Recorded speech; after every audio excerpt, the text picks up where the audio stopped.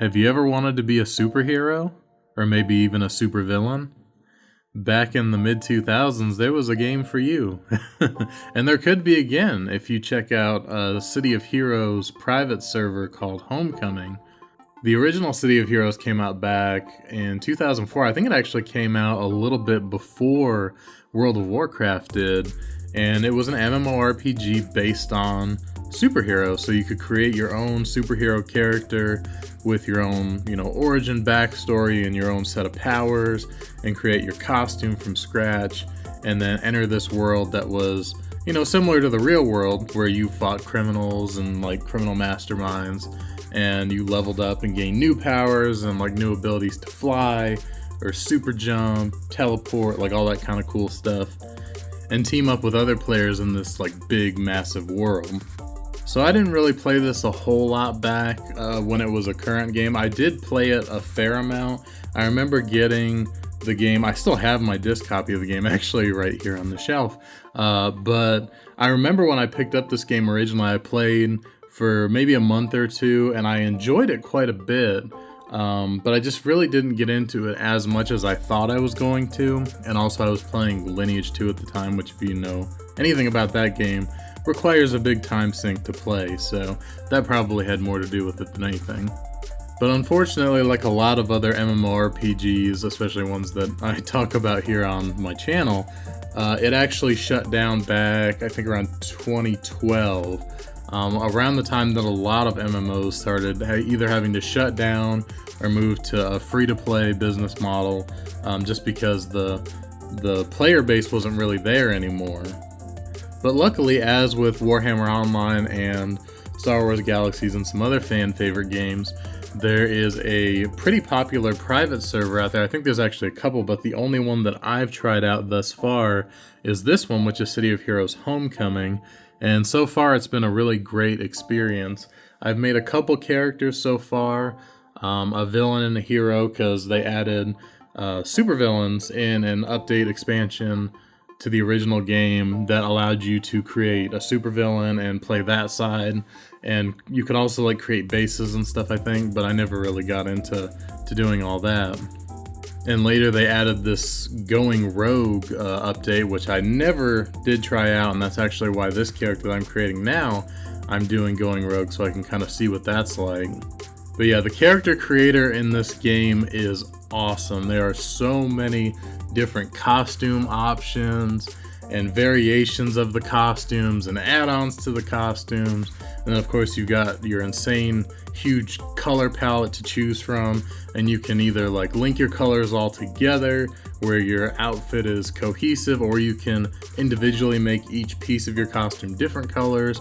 And there's a lot of really cool customization options for like wings and backpacks and special effects for your character, as well as your spells. You can even customize your spells colors and the way they look and everything, which is a really cool feature.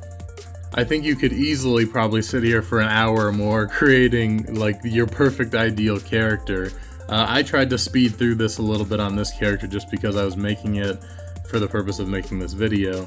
So I made this character in about 10 minutes, and I mean 10 minutes to create a character when you're trying to go through it quickly is still a good testament to just how much you can go into detailing your character, which is a really cool feature, and I wish more MMOs did that, because your character is your reflection of what you want people to see in the game, and the more customization options the better. World of Warcraft recently had an update to add more customization options finally after all these years, so that you could do that as well, and I think that's a really big thing that's missing from a lot of games these days. I also decided to do the tutorial just because, again, it's been a really long time since I've played this. Even playing on the Homecoming server here, I've not really played a lot, so the tutorial is usually the best for me to relearn myself back into it. But it's a really enjoyable experience. One thing about the combat is it's definitely slower than a lot of the newer MMOs, which I think is just kind of par for the course with these older games. But it still is really enjoyable, and I did pick a weapon power that is really slow but really hard hitting, so that's part of the reason why it definitely feels extra slow on this character. But I also feel like as you get higher level and you get more abilities and all of that, the combat will be much more fast paced. But with the global cooldown on abilities and everything, it's definitely a little bit slower than some of your current games. And yeah, as you level up, you get different augments to your abilities, and you can learn new abilities. And there's a lot of really cool, customization depending on what you chose with your character type and all that. Obviously, if you know City of Heroes, you probably know a lot more about this than I do, so I'm not really going to get into a whole lot of detail on that stuff. This is mainly just me checking it out, and also I really like bringing light to these amazing private servers and fan servers that people make to keep these games alive after they have officially shut down and there's no other way to play them. Because with MMORPGs, it's not like picking up an old PlayStation game or an old Nintendo game where you can just fire it up and it's exactly the same every time, whether it's been 1 year, 5 years, 10 years, 20 years. You can always play that game and it's fine. With MMORPGs, once the service shuts down, you can't play it anymore, even if you still own. I still own my City of Heroes, my Warhammer Online, my World of Warcraft. I still have all these discs, and I could still install them, but I can't play them anymore because the servers don't exist. So a really huge shout out to servers like Homecoming that keep these games alive and allow us to play them.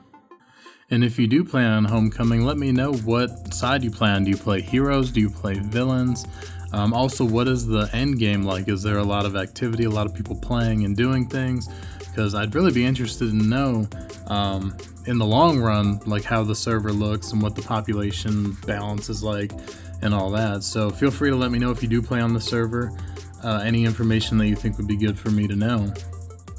But I think that's going to be it for this video, guys. I am really enjoying Homecoming so far, but obviously I'm still really new to it, and it's going to take a little time to get some more playtime in and see really what I think of everything. And I'm sure I'm going to make another video about it here shortly in the future as I level up some and get a little more experience in the game.